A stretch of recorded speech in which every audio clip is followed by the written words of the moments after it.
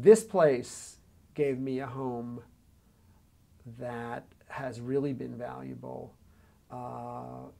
in that it gave me kind of an institutional home, you know, that's different than the conservatory. I mean, the conservatory is a music home and it's a great outlet, you know, but this place, you know, is a place that started, they really were making a switch to education at that time and to outreach and to redefining their mission. We've saved Yiddish literature. Okay, now what do we do with it? You know, how do we tell the story?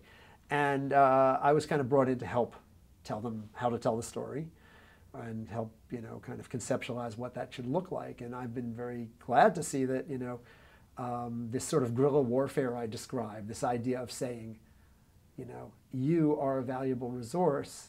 Teach us what you have to teach us. You know, I mean, I do this all the time. See, I mean, I told you this guy lived to be 100, but I mean, you know, so after he died, okay, so there was the Balt Tefillah at my shul, you know, he's fantastic. And I could study with him for the rest of my life, or at least the rest of his life, you know. He's got a lot to teach.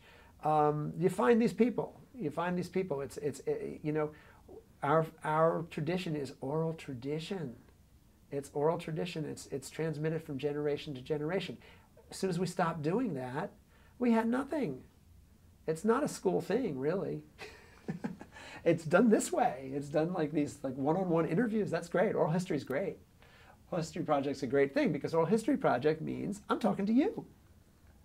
I love that. That's really great, you know, because really when it comes down to it, that's what's going on. That's the real way, actually.